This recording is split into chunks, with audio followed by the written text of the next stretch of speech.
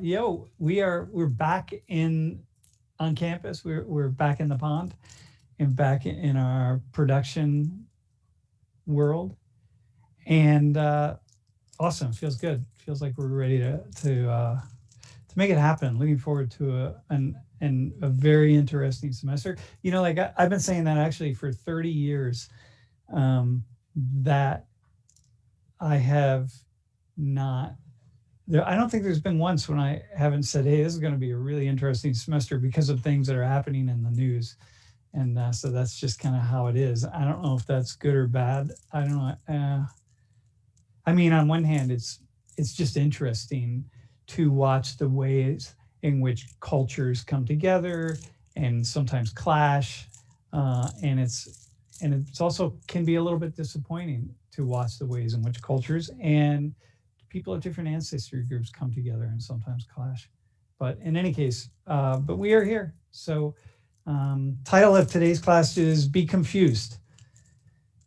Be confused. And I have this thing that I used to end every semester with for quite a number of years, but now I'm going to start this semester with it, which is that if you are not confused, you don't know what's going on. And it's a quote that I don't know. I'd like to say it's mine, but it's not, and so I won't hold on to it. But if you're not confused, in fact, I think I got it from a student back in the day that he and his buddy, I think he used to smoke a lot of pot. And one day he just came up with that. Sounds like something a pothead would say. But in any case, if you're not confused, you don't know what's going on. And I think what that means is that, for me anyway, what it means is that, the more I explore things, the more I look into things, the more I try to dig in to find the truth, the more confused I get. And I find that part of the confusion, or at least knowing that I'm confused, is really important to understanding what's going on in the world, or being willing to really know how to look in the right places and see the things that I think I really need to see to have a better understanding of things. So for example, so Jeff, if you could put that next photo up. Today, by the way, is Australia Day, and the January 26th, 1788. That's when the British first landed in Sydney, Australia. But it's also called by the Aboriginal peoples in Australia. It's called the Invasion Day. So you have Australia Day, you have Invasion Day. So today in Australia, while on one hand people are celebrating the birth of Australia, think of like 4th of July in the United States, I guess would be the closest to it, although that's not when people first arrived here, but nonetheless, right? It's a day we pick out to celebrate. And but in the US, but people see that day, different groups of people see that day differently. Or, you have like Columbus Day in the United States, right? So Columbus Day is like the day that we celebrate, not just in the US, but actually in the Western Hemisphere, when Columbus first arrived in the island of Hispaniola. But the indigenous peoples call it the Indigenous Peoples Day, right? So it's like, so the groups that are, the creation of the state of Israel, Palestinians call it the Nakba, the catastrophe. And whereas Israelis are celebrating the creation of the state that, God gave the people of Abraham. So is the belief system. So, it's like, I don't know, I just thought, but here's this photo. One of the things that why I think a class like this, one of the things I want to talk about a lot is that we think a lot of times I hear from people who are just sort of, well, anyway, this is a photo of a British guy who is in Australia with the indigenous peoples who are in chains, right? And there wasn't not a slave system per se in Australia in the way that we had a slave system here, but people were very much the indigenous peoples, or we call the Aboriginal, right? The original peoples were just brutalized. I mean, just brutalized, right? So you look at that photo, right? You think about Australia, but like here in the US, we don't talk about that. We talk about slavery. We talk about all the things that happen here. And oftentimes, people will have this idea that, or I'll hear from students that, oh, the United States, it's the, it's the worst country, or the most oppressive country, or the most violent country, or the most whatever. But usually that's by people who don't study history, and they don't study things like, well, what happened in Australia and what's happening around the world today. So I think that that's anyway. You can pull that off, bro. It's actually a little bit disturbing to look at, and I think there's a way in which I want to encourage all of us to look beyond what we're assuming. The world's a really, really big place, and the things that happen in one country oftentimes happen in many, many other countries. So there's nothing unique in the world, right? Okay, so let's do the top hat thing.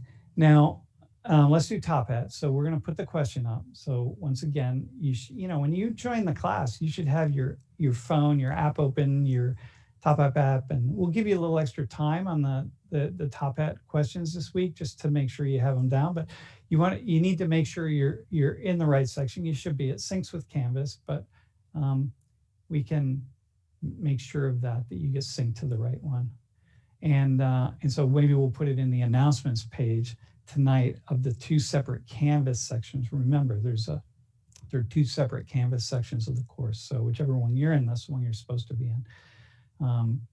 But just answer the question. The questions, again, none of the top hat questions, these are for attendance. None of them have right or wrong answers. We try to give you an out. I'm asking questions that we're not tracking your answers. We don't care what you say, but I want to use your answers, the answers of the class, that we can talk about different things. So anyway, if you're on the struggle bus with it, make sure you get caught up, man, get it figured out, because this is how we're going to do attendance from here on out. And all right, so we'll keep that up for a hot minute. But Jeff, you can go to the next slide. I want to continue. We have 3 or 4 different people.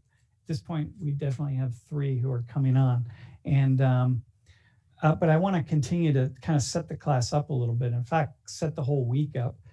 So this is a photo of the U.S. Senate chambers, and I was sitting right about this spot.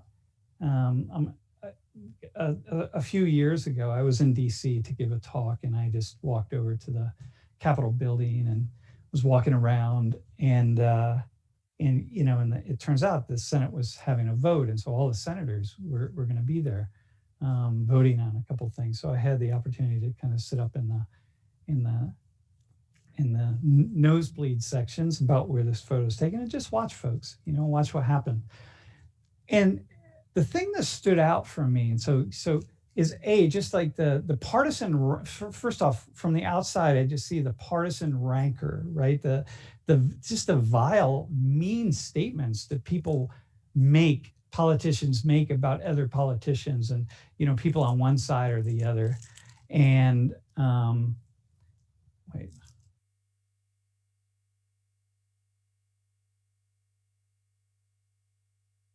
And so I was really struck. So that's what I see from the outside, right? I'm watching these politicians who's just like always at each other's throat. They're always, just completely, supporting their side and opposing the other side, and they have very little good to say about the people on the other side, right? And when I was sitting up there, the thing that I noticed more than anything was how well people got along. Everybody was just, it's like they were seeing their old friends that they hadn't seen for a long time. And I was watching senators who I knew were Republicans, giving, hugs, a lot of bro hugs, because most of them are men, to Democrats, and Democrats, high-fiving Republicans, like they hadn't seen each other for a long time, and everybody's talking and doing their thing. And I thought, this is very different than what we see or what we hear about on the outside. And it reminded me of a lot of what I was reminded of what I talk about and what we talk about and what we talk about in this class. Like the world isn't nearly as divided as we imagine it to be. Okay, the world really isn't as violent or ugly, and people aren't as mean-spirited and vile and whatever as we often assume that they are, and that we might selectively see, like on Facebook, right? So, but and I would remind you that if you scroll through your social media feed and you look at all of the really mean comments that people made, they're mostly outweighed by a factor of at least 5 to 1 by memes about kittens and puppies and stuff like that, right? So, it's like it's just it's this world, this complex world that you have to dig in, and if you have a little sense of optimism, it's a lot easier to do that. All right, so here, so the world is not always as it seems. Go to the next slide. I want to. So here are a couple things, right? I want to talk about sloppy thinking and jumping to conclusions, and there are a lot of folks who, it's not difficult to engage in sloppy thinking, and it's not difficult to jump to conclusions pretty quickly. And I think in many ways it can be built into the human condition. Part of it is just because we're human beings for so many generations and millennia are out in the world. You got to make very quick assessments about where the danger is, and like who's the good person and who's the bad person, and am I going to get attacked by some animal that I don't really see or don't really understand, or whatever the case might be. And so, people have to really make these kind of quick assessments. It's like when you're driving your car, you're always kind of looking around to make sure everything's fine. But in the world, when we do this, right, it about social life, about political life, about economic life, it means that we're going to have more errors. We're going to engage in more bias, very kind of one-sided, judgmental type of assessment of things. We're going to embrace more oddball beliefs like conspiracy theories and so on and so forth, right? And we're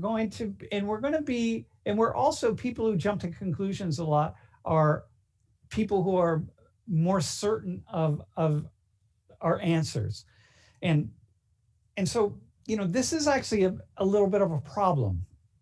And I think that in the world of race relations, right, in the world of sociological reality and political reality and so on, it's probably best to walk in the world with this idea that we don't want to be sloppy thinkers, right? We don't want to jump to conclusions. The world is infinitely more complex than we ever can imagine it to be, right? And a lot of this world of like jumping to conclusion stuff, I mean, there's a whole, those of you who study psychology, right? Like it's a whole field of study of how it is that the mind will quickly take on one thing or another, or one idea or another, right?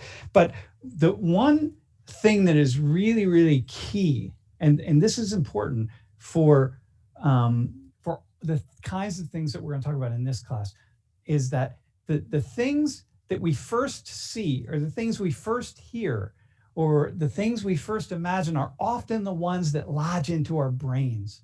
And then it becomes really difficult to let those go.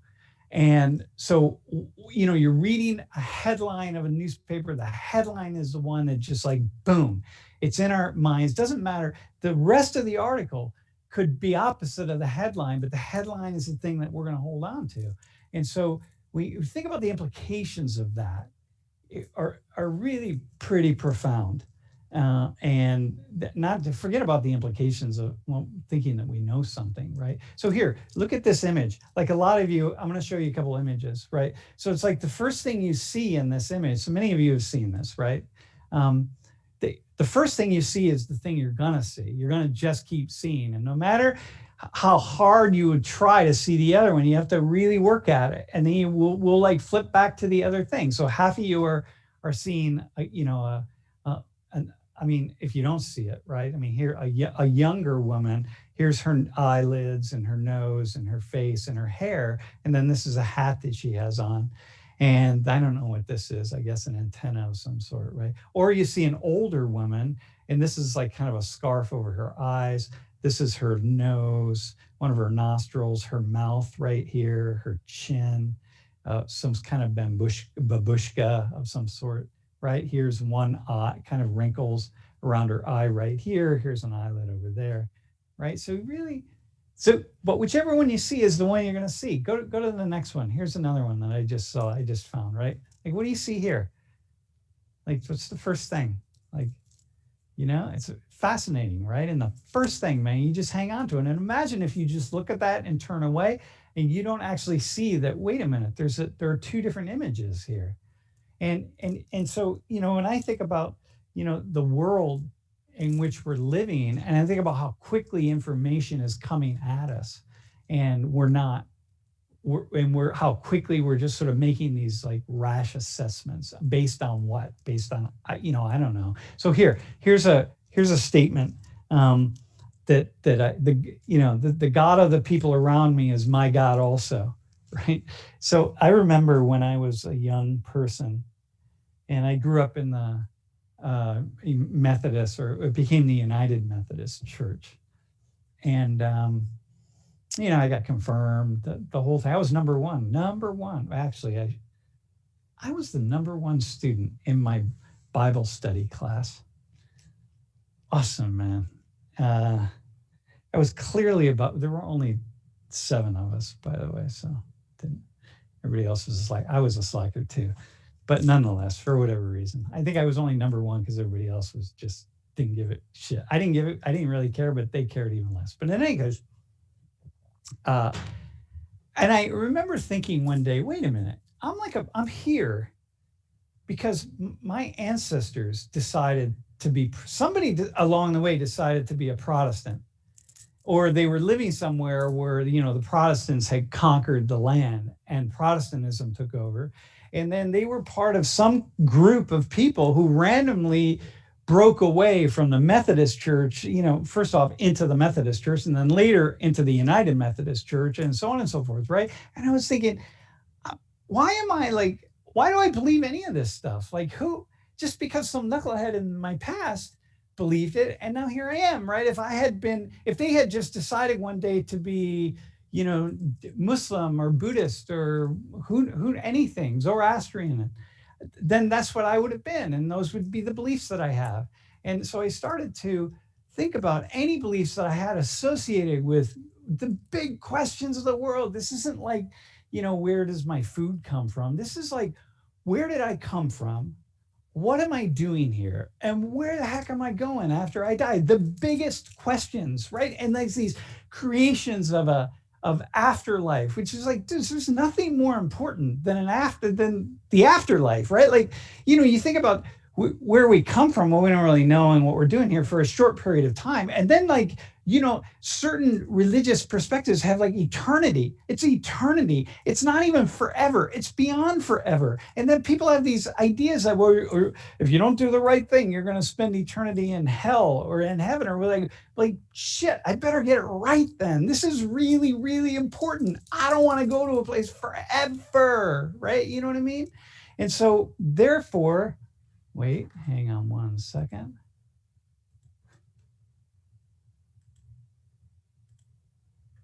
Yeah, hold on one second. Hey, and so therefore, I just better get it right. You know what I mean? Like, and yet it's all for me. Like, I realized that one day that for me, it's about some person in my past who made the decision for me about what my future would be with the Creator and the Great Spirit. It's like, oh my God, right? My God, all the questions about life, my God is really the God of my ancestors. It's like, oh man. So in any case, this is just one of those profound revelations for me. and how often we do that, right? Like we generally will sort of grow up to be the political party of our parents. We're sort of listening to the people around us, our teachers, our mentors, or whatever, and we're just kind of following them. Or we read one book about something or one short article and we think we know something about it, right? And yet we don't. And so so if we're not confused, we don't know what's going on, and snap judgments and so on. It really all of this work, this whole class, this entire semester, everything that happens in 119 just calls forth a certain level of humility and hopefully a confusion that we don't think that we get it, and we don't think we know it, and it doesn't make sense to us, and that's okay. Like, that's good. That's really where we want to be. And so yeah, just recognizing how complicated the world is. It's awesome, man. Okay, that's how we're starting the semester. So let's do this. We're going to take just a hot second. I just need to talk to my team for a second because they're in my ear and I'm going to say something. So just give me a sec.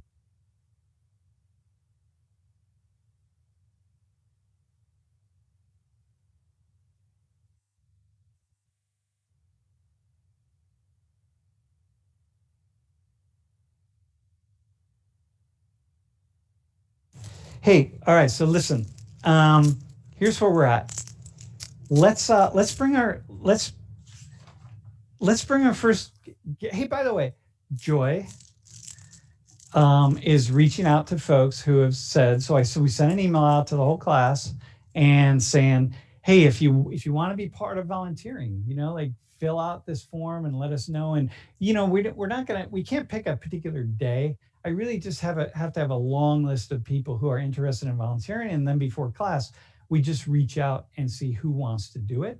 And so we can't give you a lot of. We can give you a sense of what it is, but mostly for most of the semester, it's once in a while we're going to do something where I'll say, hey, we need like 7 people who are multiracial, or is there anybody in class who's transgendered? Okay, can we get a few people on the screen or something like that? It may be something that you put in your profile that will really reach out to you. But otherwise, yeah, just put it out there and we'll reach out and make it happen. Joy, is there anything else that you feel like you need to say about that process? Did it go? Yes.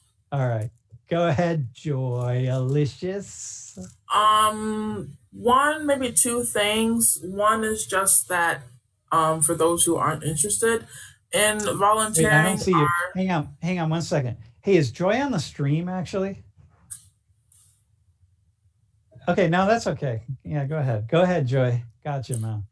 um for those who are interested in volunteering, we were sharing the URL social19.org/volunteer, and that was down for the rest of the week. I just want to clearly say that site is back up. I believe we announced it last class, but we would like to see some more people be interested to contact. A lot of people I contact deny, and that is fine, or ask about volunteering at another time. And I just want to share that I don't know the topics of class. Maybe I'll know 30 minutes before we get on, but I'm trying to contact people and have things set up 1, 2, 3 hours before class. So it's understandable to want to know, like, what would you be being asked about or be talking about, but there are no right answers, there are no wrong answers, and I don't know what the topics are. But Dude, just I don't trust know that it's either. a safe space. Sam doesn't know. And if I'm messaging you, that is just enough. Like, just know that if I'm messaging you, it's because whatever it is that Sam think he knows he wants to talk about, it involves having someone like you to share what you know. Um, that will be talked about after class. Sorry, it doesn't make sense. But I'll be Yeah, back later for dialogue information. But that's what I wanted to share for the volunteering. dude. that form is open, so please flood us. It's me who have your information and only me, and it's me who's texting you. And that I don't know what the topics are. All right, awesome. Thanks, man. I don't know what the topics are. Hey, no, hang on. It's going to be, yeah, Tatiana, right? I think Tatiana, you're on. You can turn yo, what's up? You can unmute. Hi. How's it going? Good. How are you? Dude, I am killing it, actually. So, where are you? I'm just home in Jersey right now. I live in South Jersey, about 30 minutes out of Philly. Yeah. Where about what town? Willingboro, like in Burlington County. Not many people know it. Yeah, it's one of those little tiny towns there. Yeah. Dude, awesome. Well, thanks for volunteering. Very cool. Hey, so what year are you? I'm a first year. Yeah. What do you study? Environmental resource and management. Yeah. Mhm. Dang, cool. That's cool. That's important. Hey, so just so you can say something, are you nervous about being on the stream? Very. What are you nervous about? I don't know. Like, I just wondering like what you're gonna ask. Like, why'd you pick me? Well, you know I'm going to ask things for which you don't have answers, right? True. Yes. And you start with that. So everybody in class, that's where you want to start. You want to start with the idea that we're exploring things together, right? This is the thing, right? If we had answers, then what would be the point of having a class? So like we explore things together, and like there's no way anybody should ever be expected to have any answers. Like I think it was Amir last class. I asked him about Native Americans. Remember from Saudi, the guy from Saudi? Mm-hmm. He didn't know anything. Why would he know anything about Native Americans? Yeah, like that's the whole point. So let me ask you this. So I want to just establish like something like, what do you know about India? What do I know about India? Oh, wait, what's your background, by the way? Your ancestry? I'm Haitian. Both of my parents came here around like their early 20s, so I'm first generation American. And where are they from? What part of Haiti? My dad's from Port-au-Prince and my mom's from Gonaïves originally, but they both lived in Gonaïves. In Gonaïves? Mm-hmm. Yeah. I've been to, have you been to Haiti?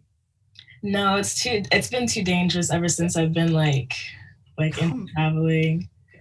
Oh, all right. Listen, Jeff and I were in Haiti 2 years ago. So the two Blancs. Do you speak Creole? I wish. I can like understand like when my aunts and uncles talk to me, but if you ask me to respond, like I literally couldn't. Do you know the response for sac passe? Sac passe. I just say sac passe back, like how are you? Like salud. Yeah. Naboule. Yeah. Naboule means I'm burning. Sun. I'm killing it. Hey, listen. Do you speak French? I can get around. Like if I went to France, I could get around. Cool. All right. Well, you could get around Haiti as well. All right. Listen, maybe we'll bring Ernst on. So we've had a project in Haiti for a number of years and continue to do a lot of work there, and just been there many times. I've been there maybe like 10 times or so. Dude, I've been there. You can go there. It's all good. I don't know. I think like where my parents live, like they want to like visit like where they're from, and like where they're from is kind of like. All right. Well, listen, tell me what you know about this, like languages in India. How many languages are there in India? Oh my gosh, there's like so many. I think there's like hundreds, isn't there? Because like there's so many different like cultures and so many different like types of people. Okay, how many dialects? Dude, cool. Do you know the difference between a dialect and a language? Actually, no. So language can be written, has a written phonetic text, right? And dialect is not. Okay. Mm-hmm. So so languages it's cool that you have the idea that there are many, many different ones. So there's like 121 languages in India. There's 22 that are recognized by the Constitution. How many dialects though? What do you think? I'm not sure. Probably like around the same number, 120, maybe 100. There's like 19,000. Oh my gosh. for which is a mother tongue, right? And a mother tongue is like your mother tongue is English, the one you grew up speaking, right? And so the reason I asked you that, this is not what we're talking about today, by the way. I just wanted to say, like, the reason I asked you that is like, there's so much to know about India. India is this massive place, over 1 billion people with so many cultures, so many languages, so many dialects. And yet, like, what do we know about India, right? Like paratha, right, exact dal chole. I mean, chicken tikka chicken or something. I don't know, right? You know what I mean? Yeah. And like, but think about it. But it's the same as with Haiti, right? Haiti is so incredibly complex, right? It's just so Gonaïve and Port-au-Prince, like two different worlds, So, yeah, it's just like this complexity of the world. But that's not what we're going to talk about. Okay. So here, Jeff, can you put do you have Twitch open? Yes. Okay. Yeah. So go ahead and put the next slide up, Jeff. Yeah. So this is how we operate. So like Tatiana has to wait now like 15 seconds for the slide to pop up on Twitch or YouTube, whatever you're watching. So recently, I don't know if you maybe watched the news, but Disney just made the announcement a couple days ago, maybe yesterday even, I'm not really sure, but it just popped up in the news that they're updating the Jungle Cruise ride. This was an actual headline, to be 100% less racist. Yeah, I heard about that. Right? Well, okay, so what did you when you heard about it? What did you hear, or what did you imagine it was about? I mean, I've never been like a Disney fanatic, so I never knew what the Jungle Cruise was, or like what, like where it was, like which location it was in. So I didn't really know much about it. So when I just like saw like the headlines like on Twitter and like, like on local like news stations, I was just like, what was racist about it? Like what was in the cruise that made it racist? What do you imagine? Probably. So you wondered that, right? Mm-hmm. And then did you imagine anything that it could be, or you just kind of moved on? Probably like racial things like monkey type references, or like Native Americans being shown as like the aggressors or something like that. Yeah. So basically what it is, it's more focusing on Africa but the idea is Jungle Cruise, right? So they have all these kind of, they have the theme of the cannibals, right? And shrunken heads and cannibals, right? And so it's like you're really engaging in these indigenous peoples, the native peoples of where this cruise is going are violent. And if you don't watch out, they'll come after you. And the one guy is like, I think you call him like Trader Sam or something like that. He'll trade like 2 heads for your head or something like this, right? It's just a sort of game that we do. People with, like spears and whatnot, right? So my question to you is, right? So that headline is really big, 100% less racist. Mm-hmm. So how in your mind do you imagine that to be racist? How I imagine how is that racist, right? To really emphasize that cannibal theme, the indigenous peoples, the peoples of the jungle, right? Whether it's Africa or South America, and but that these are what people are like and what they were like. Like how is that racist for you? I see it as racist because it perpetuates like a very negative stereotype on indigenous peoples and people that were here before us, and kind of pushes like the narrative of like this white savior like coming in and like helping them and like making them more like civilized, like quote unquote. So I just feel like it perpetuates a really harmful and negative stereotype on people that were literally just living life, like just chilling. Okay, very cool. Very cool. And how does that negative stereotype, how is that a problem?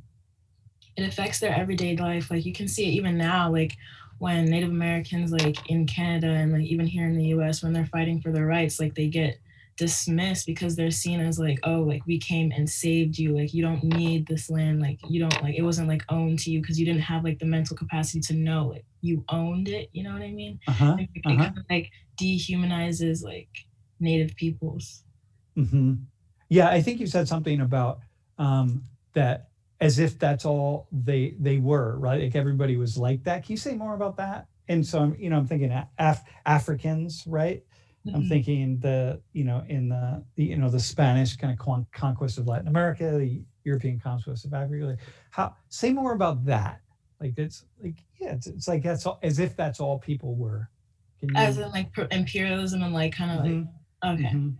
So like, I feel like that's just how like they saw them, because I feel like it was probably just easier to conquer people. Like they saw them as like, I guess, things to conquer, like items. Like they didn't see them as like human beings, like that were like just like them, but just in a different area and obviously like in a different way of living.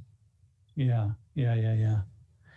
totally, man. I'm really with you. As if like that, first off, let's talk cannibals for a second, right? How many tribes, including European tribes, right? We never talk about your tribes of Europe, but they're tribes all over the world. That's how we talked about small gatherings of people.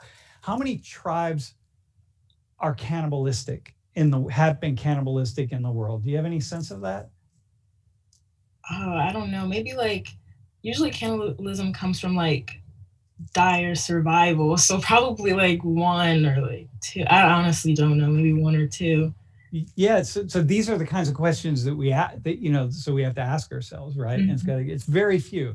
I mean, it's more than one or two, but the idea that cannibalism actually doesn't have its roots in the need to survive. It has its roots in like kind of a type of sacred ceremony of sort of giving oneself to conquering and being conquered and so on, right? I mean, there are many dimensions of it, but very few, right? So when you hold that up, then we have this image of, Africa before the Europeans arrived, or South America before the Spanish and the Portuguese arrived, right?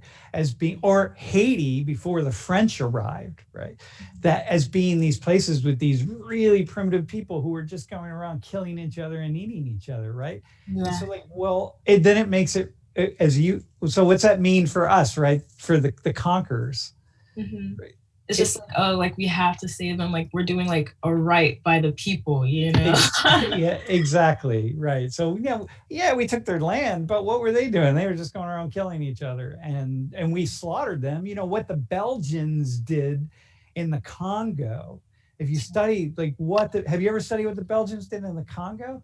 Yes, for a couple chapters in my history classes.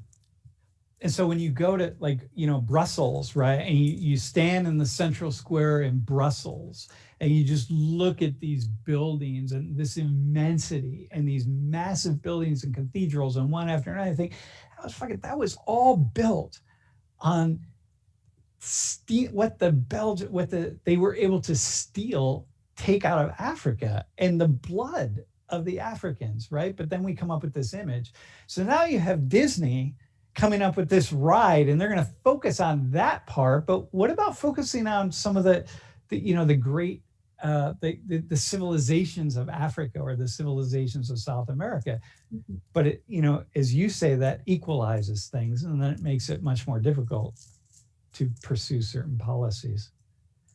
What do your parents say about Haiti, for example?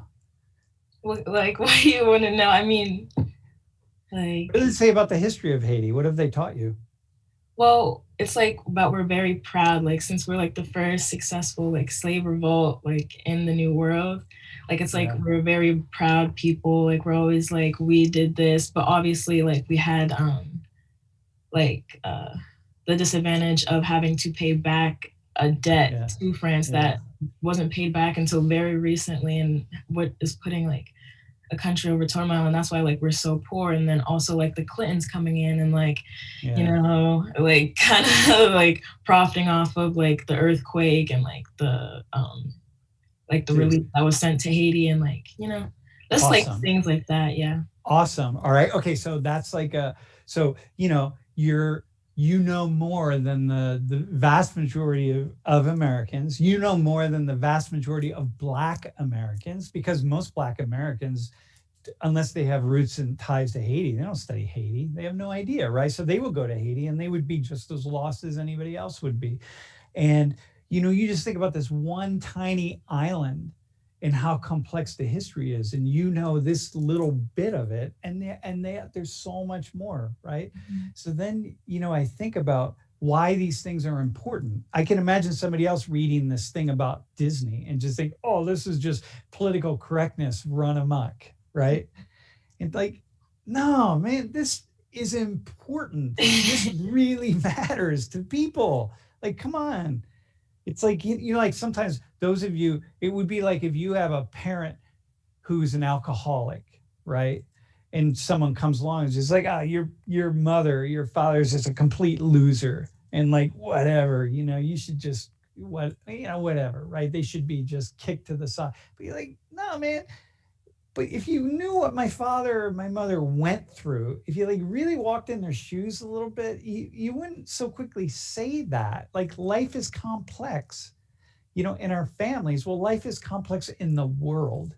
And so a lot of stuff just can seem like political correctness, but it's not. It matters. Tell the stories in a more complete way.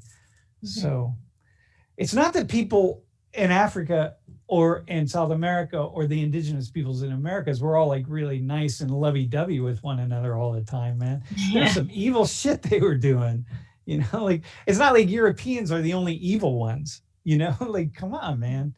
But it's important to tell a story. Yeah. Dude, any final thoughts? No, nothing from my end. I think you killed it. You're awesome. Thank you. Thanks for coming on. Like, it's really cool. It's nice. All right. Yeah, thanks. We'll come back when you can meet Ernst though. He'll yeah, that would be nice. Yeah, see, you see that? Like, so what I want to do today, what we're gonna talk about, or what I want to really keep going into today. And Will, you're coming on next. You can pop your camera on. And what I really want to talk about is this idea of what I want to get us to see is these things matter, and the stories are actually really complicated. And the first thing you hear is often not the only thing. It's like it's one tiny bit, and you got to dig a little further and a little further and a little further to really understand the complexities of a lot of this stuff. But I understand why a lot of people don't want to talk about it, right? Like, a lot of people who would be teaching a class on race would be like, hey, I don't want to talk about this stuff, because you don't know where the landmines are. You don't know where those things are that you would step on and not, and things would blow up in your face.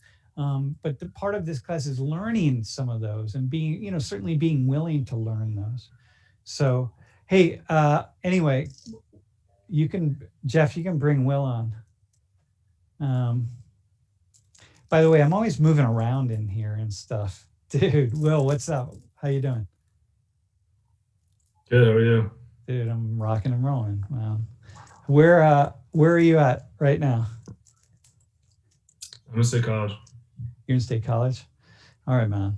Hey, are you, I want to make sure your internet is moving pretty well. It looks like it's a little slow. Are you? Oh, really? Nah, well, I'm on as good as I can get right now. All right, well, your audio is fine, so your video can be a little bit off. That doesn't matter. So, hey, what's your, where are you from originally? I'm from Philadelphia. Yeah. Yeah. And what's your ancestry? Just out of curiosity. I mean, I've been in, my family's been in the United States for probably 150 years at this point, but like German and Swedish. Yeah. All right, cool, man. You ever been to Europe? I haven't been to like Northern Europe yet, but I definitely would like to go. All right, cool, man. Hey, so Jeff, can you put up, you have Twitch on, right, bro?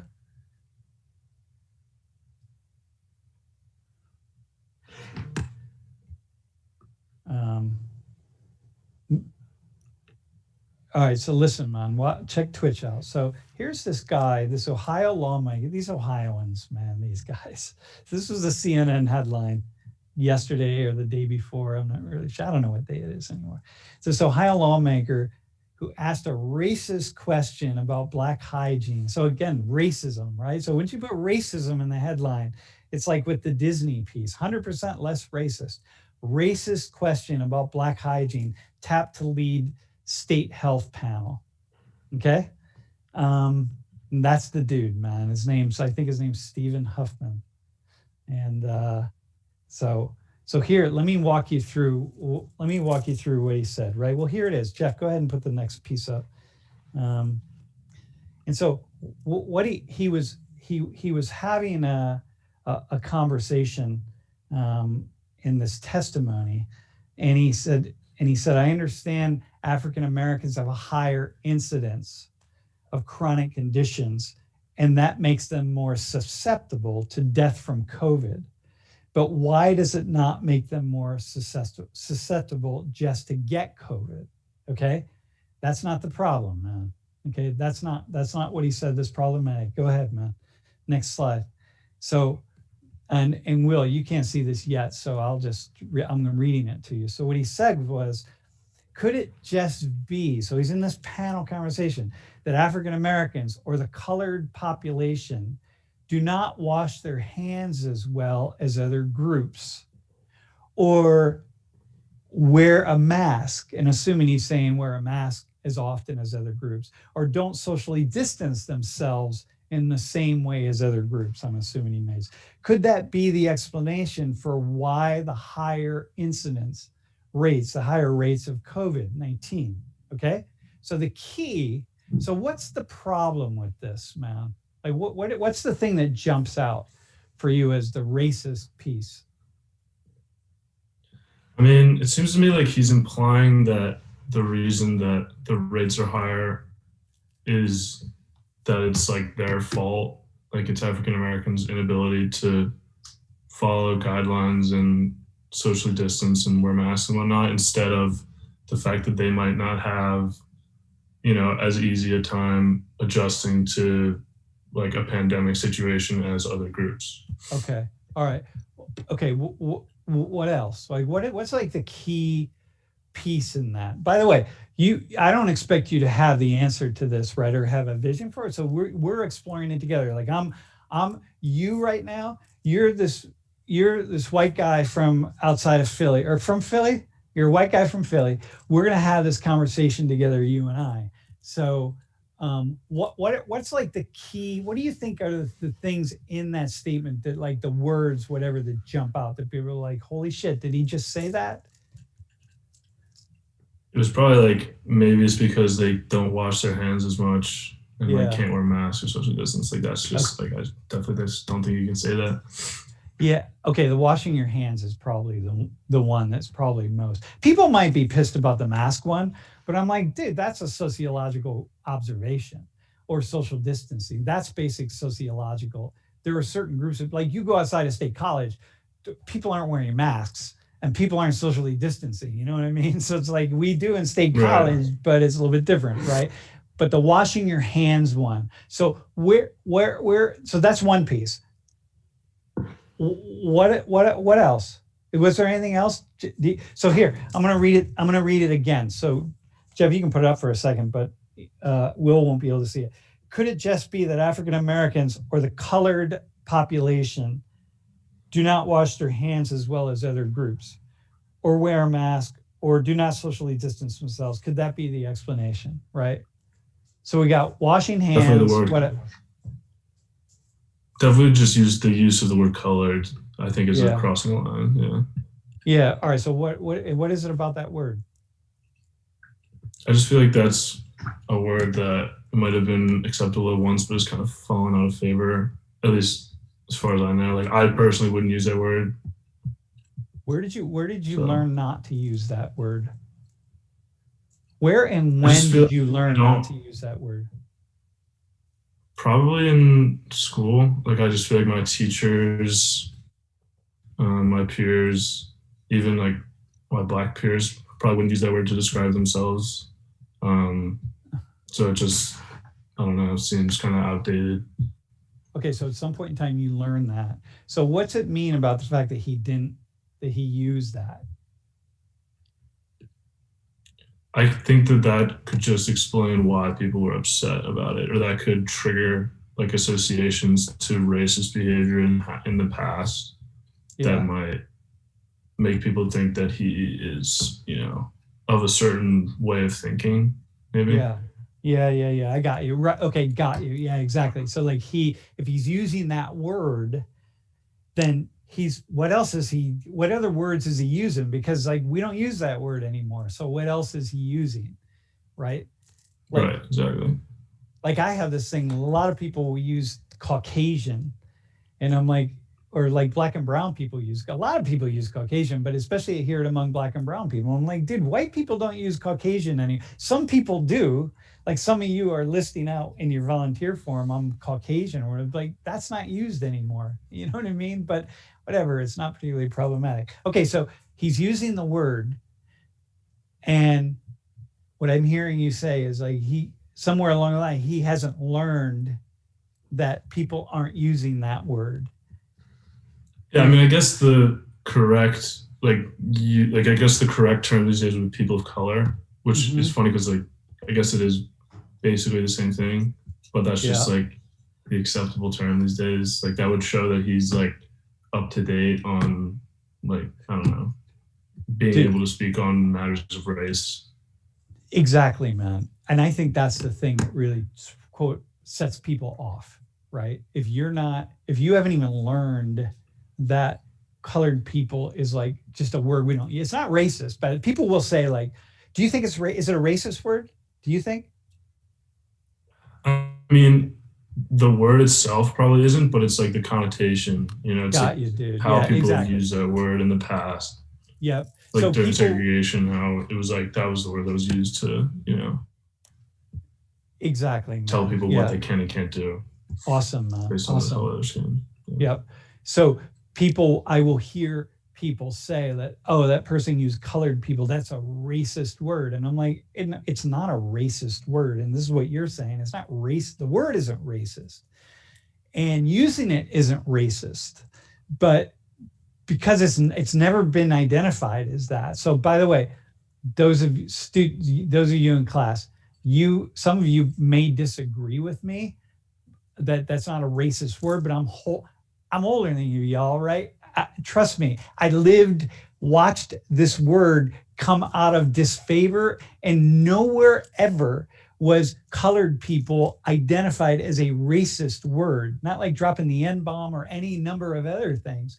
But what happens is exactly what Will is saying, that it just is a word that comes out of favor that people don't use. And if you use that word, it signifies what you just said, Will, is that you're not up to date on other shit. Like, what else are you thinking? You know what I mean? Like, what else are you thinking if you don't even know that black people don't use that word anymore, right?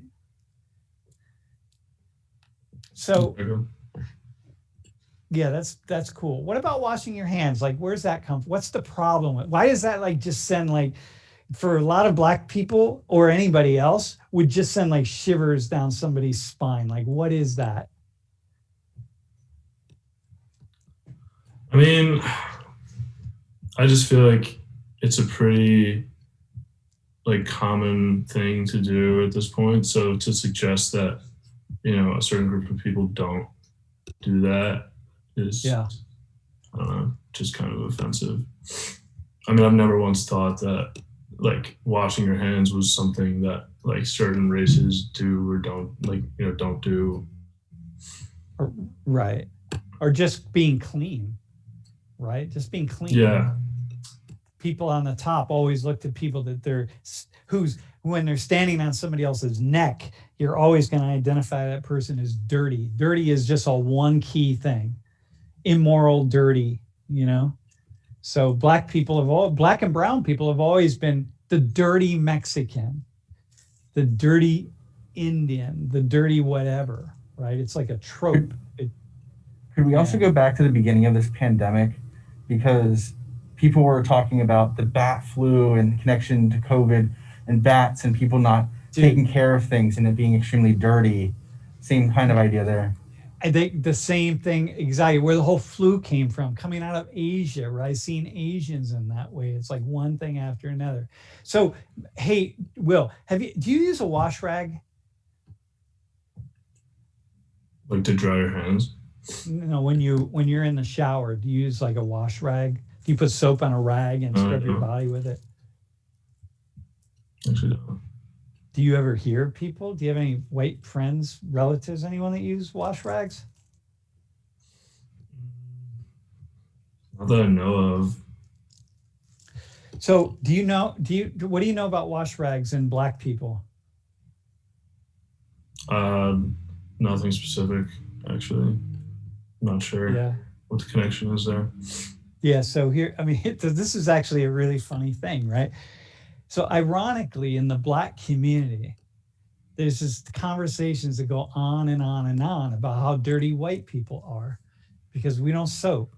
So those of you in the home viewing audience, all you gotta do is Google, for example, white people's putting soap on their legs, right? It's this huge thing that white people are always being critiqued by Black people for being dirty because we don't scrub our skin. Like we just get in the, like like the common thing is like, well, white people will say they just get in the shower, they shampoo their hair, they put some soap under here, maybe on their, their rear end, whatever. And that's it. And they get out. Whereas like, you got to scrub your legs, you got to scrub your body, you got to use a wash rag, man. You don't use a wash rag, like a loofah rag, or a loofah sponge. So you never heard of that? I've heard of loofahs. I've like seen white people who like have those, but yeah. So it's really interesting, right? So it's just ironic that anybody who would even imagine that, in particular, Black people are dirty. Are the Black people? I'm scrubbing their damn skin off. You know what I mean? I'm like, stop! You really don't need to put soap all over your body. It's like, that's because you're a white person, right? And so I just think it's really fascinating. I want to show you a couple of slides. So wait, do you have anything to say about that? Did Black people will criticize you because you're not clean enough because you don't scrub your body with a wash rag? Like, what do you think about that? I mean, I guess it makes sense. I don't know. Like, I've just never thought to use one. I've never been socialized to use one. I feel like, I don't know if this is stereotypical. I feel like another thing is like, moisturizing. Like, I feel like that's also not something that a lot of white people do, or is not as not very common. Yeah. Might be seen like in other cultures as like weird. Yeah, like taking care of your skin, man. Well, part of it is, right, we're going to talk about skin later in the semester, but like, when my skin gets dry and flaky, I can't really see it because I'm light skinned. But if I'm dark skinned and my skin gets dry and flaky, you really see it. Like it's going to stand out. There are a lot of reasons, but no, I think it's just utterly ironic. Here, I want to walk you through. Jeff, can you put that next slide up, by the way? So I'm going to show you a couple slides here about, my wife and I used to do some work in Ethiopia. So this was on one of our trips. That's her at the the white woman there at the far end. And we're eating food, right? And in Ethiopia, as in many parts of East Africa, you eat food with your hands. So it's like you have this bread. It's called injera bread. It's unleavened bread, and it'll lay it out on the. So here, I can't point to it, but you see, it's laid out on the bottom of the pan, and then you put food on top of it, and you eat. You eat with your. Oh, here it is. Okay, hang on. Right, this is some injera that's like rolled up, but the injera is on the bottom of the pan. So he's reaching in with his hands to pick up food with the injera and put it in his mouth. Okay, so what that means in Ethiopia is everywhere you go, every restaurant, everywhere you go, you have places to wash your hands because you're eating all the time with your hands. Right? So put up the next slide. I'm going to show you a couple slides. And the other thing the Ethiopians will do, actually in Eastern Africa a lot, is feed each other. So we'd be sitting at a table, and we were working a lot with younger students. So they didn't do it a lot with us, but you sort of put some food together and you feed the person you're eating with. Like you put food in their mouth, bro. You know what I mean? Like you would open your mouth, someone would reach into their plate and pick up like a really awesome, how do I say, like bread full of food and put it in your mouth, right? It's like, well, your hands got to be clean, man. If your friend is putting food in your mouth, and so next slide, Jeff. Everywhere you go are people washing hands. So this is like before a meal, people coming around. You know, you're going to have wash basins everywhere you go, and you wash your hands. But also people in some restaurants, not all of them, will come around and wash your hands at the table. Then everybody knows that your hands are washed. And so now imagine Ethiopians coming to the United States or Somalis and you go to a hamburger joint, bro, right? And somebody just comes into the hamburger joint, sits down at the table and starts eating their hamburger with their hands without first going to the bathroom and washing their hands and making it clean. That is some rancid shit right there, my man. You know what I mean? Like, damn, like how can you eat your food without washing your hands? That is gross and disgusting. So now you got this whole culture of people that, Americans would be like, a lot of people would be like, oh, I don't know if I can go eat over there, that food, eat like that with my hands. It's like, dude, you eat with your hands all the time and it's gross and disgusting. Mm-hmm. You pick up that hot dog and you put it in your mouth and where's your hand been? You haven't washed your fucking hands all day long. You know what I mean? Oh, I just dropped an F-bomb. It's my first one of the semester. Anyway, what do you think about that? What do you think about that? I think it's hilarious, but I don't know. What do you think? I mean, I don't know. Like, what do you mean? What do I think about it? It's something funny. Just thoughts. I just like to hear these cultures like washing their hands, all just staying clean and washing, and like here we don't. I mean, it's interesting. Like something that comes to mind that I think is interesting is like there are people who choose not to wash their hands before eating food because they want like certain healthy certain bacteria to get in their gut and like improve their immune system that way. Yeah. Which to me, I don't know, I'm a little skeptical because like I don't know how great our immune systems are these days, how diverse our gut bacteria is to handle all that stuff. So like I'm still gonna wash my hands before I eat, but like there are people out there think completely differently on that. Yeah, like I had friends who wanted their babies, their infants, as soon as they could crawl around on the floor and get all sorts of germs and stuff in their bodies, right? Because it's like, no, you got to take that in, man. You got to get healthy. Yeah. Mm-hmm. Yeah, so I think that for me, this is one of those things of like complexities of the world, right? Like I'm always trying to see the world from a different angle and always, and not trying to critique my own culture, but rather trying to understand my own culture and then understand lots of other cultures. It's just like, it's so utterly fascinating. So much of the stereotypes of the negative things we'll say about other people are really just not true, or just, whatever. I don't know. Dude, awesome, man. Awesome. You were awesome. Any final thoughts?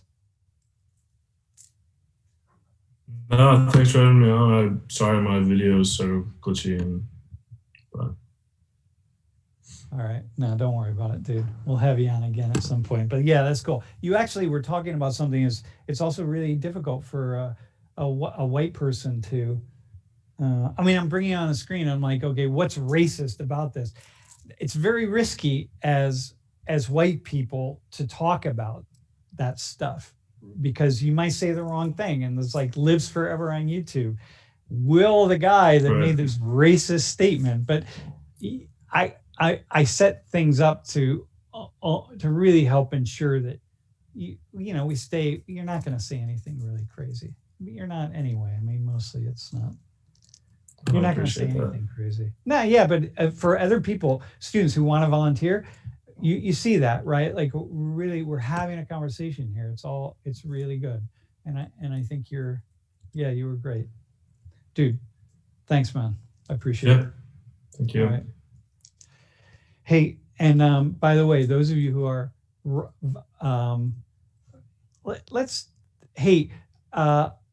Nish, can you just do can you do the top hat question? Yeah, why don't you do that? And all right. And Joy, do you need to say something about groups? Is that where you're at? What do you need to say, my friend? Bro, you were so over time. No, we're not. We still have 8 minutes. Tatiana and Mark, just stay on there. I'll talk to you in a second, but we're going to get to the two of you next class. Go ahead, Joy, but stay on the Zoom call. Cool. So, a lot of you guys have been asking about World and Conversation Dialogues. Well, I am here to give you that information. I'm the girl you want to talk to if you have those questions. But hopefully it'll be regular that I'm kind of giving things as we see that they are needed. So here we go. It's about to start. It's been a week. Wait, hang on 1 second. Yo, hang on. The top hat question is going to go up as soon as Joy is done. So just don't worry about it. Joy, back to you, my friend. Thank you. Be calm. So right now, like as we speak, our team is publishing those dialogues. You will receive 2 emails. One telling you that you are invited and to register. And if you pay attention to the text, it'll say your local or global dialogue. As you know, we've talked about it and it's in the syllabus. You need to participate in 5 local dialogues and 1 global dialogue. So you have been invited to do both of those. It is information on the course website to see all the block dates and when they'll open and close. So there will be a cycle of 6 weeks and a makeup week, 2-week-long periods. No, hang on. You missed it. Hang on. Yo, my friend, explain what the blocks are. There's 6 blocks. 6 blocks, 5 locals, 1 global, total of 6 dialogues. You will have 2-week periods to get in 1 credit. You only need to do 1 dialogue every other week, every 2 weeks. To kind of pace that out for you because it can be a lot. And the way that our website is set up, everything should be easy to keep track on where you have and have not received credit for. So that is also why you'll receive 2 emails, but I am going over this specifically to ask you guys to only register for 1 dialogue, whether it is a global or whether it is a local and not both local or global. You can do a global within these 2 weeks or do a local within these 2 weeks. And then as the next block open, you can choose to do a global. Do your global whenever. We have the semester broken down for you to have the time to do 1 dialogue, regardless of what it is, every 2 weeks. So again, once you get those emails, they'll take you to the same place.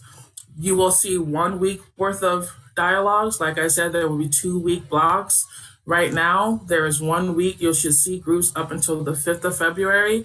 But this block 1, will be all the dialogues up until the 13th of February. And every Thursday, more groups will open on the registration site. So if you don't see any groups and everything is full, wait till Thursday. Another full week of groups will be made up. And again, there will be a makeup opportunity. Awesome, man. If you miss something. Awesome. You can always unregister if you keep up with your schedule, keep up with your other courses, assignments, and midterms and finals. Anytime something comes up, there are 95-minute programs to receive 1 full credit. You have to participate for the entire duration. If you know something comes up, you can go right back to the registration site and unregister yourself to open those seats back up to the rest of the class. So you will receive that email, should be right now. And then I'm going to send another email out to you before 5 o'clock with all the information that I'm giving you in writing and what email address or what website page you can go to submit help forms. Dude, it's too much information, my friend. TMI. I just said I want to send them an email with all that. But hang on. Let me say a couple of things. We're gonna bring you back on. You got to do it in little doses. I got it. And then JD will be here Thursday too to talk about globals. So listen. But you have to email, register for groups, only 1. Got That's it. it. So listen, team, I'm going to walk you through this, right? There's 6 blocks.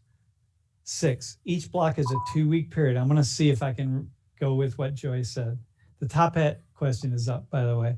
6 blocks. Each block is a 2-week period. In a 2-week period, you have to do 1 dialogue. Now, you have to do 5 locals and 1 global. So if you did in your first 2-week period, block 1, if you do your global, that means for all 5 of the other blocks, you'll do locals. The first 5 blocks the first 2 blocks you do locals, and the third one you do a global, your last 3 will be locals, because you just do 1 out of the 6 is a global. So do not schedule more than 1 dialogue in a 2-block period. So when you get on the registration site, sign up for 1 dialogue. That is it. And it comes out. And what Joy just said is, we don't put all of the dialogues up at once, because we want you to sign up for the ones at the very beginning. So we only put half the dialogues up. So if you get on the site and they're all filled up, just sit tight. We'll send an announcement out saying when the next groups are open for that block. Okay. But we only put 1 block up at a time. Is that right, Joy? I waited till you just put something in your mouth. Y'all got it. Okay. You Check got the it, dude. all the instructions, read and comprehend, and we'll be Gucci. Dude, we'll be totally Gucci. All right. And the timing I also put out there is something we're working on. The times that are posted for the dialogues is Eastern Standard Time. So for those in a different time zone, the time that you see on the registration site, you need to convert that to what time that will be for yourselves. We do not really take care much for the excuses of time zone, because we are all living this way. This is not the only class you're taking. So you should be in the group of things. Just adjust accordingly. Dude, Eastern Standard Time zone on the right side. Exactly, man. Be in the groovy groove. I got you all. All right, listen. How is Top Hat? How are we rocking on Top Hat? We good? Dude, there's a minute left. We're like giving you a lot of time on this Top Hat to make sure you get it going. And all right, so listen, 2 things. social19.org/volunteer is where you apply to give us your information to get on the stream. It was cool. Tatiana and Will were great today. We're gonna come back next class with a bunch of things. And next Tuesday, by the way, we have 2 guests coming in from the outside, former students. We're gonna have a really awesome conversation about what happened down at the Capitol building. It's going to be very cool. So I think to summarize for me, and we got 1 minute left, one of the things about this class, what we're trying to do right now is just kind of walk through what the wide range of information that we need to know to think that we're actually educated about certain things. And most of us know very little, myself included. I know a tiny, infinitesimally tiny fraction of what I really need to know to feel like I'm a competent human being in the world. And I'll never get there. I just don't have enough time. I'd have to live about 5 lives. Okay, it's 4:20, that special time of day. And all right, y'all. We'll see you on Thursday. And be well.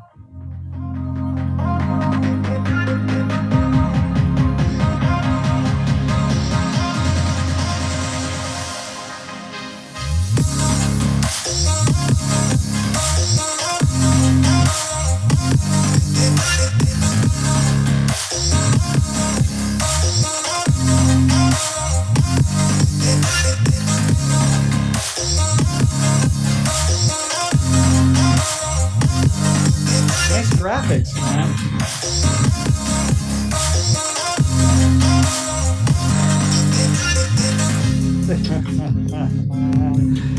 Dude, you killed it.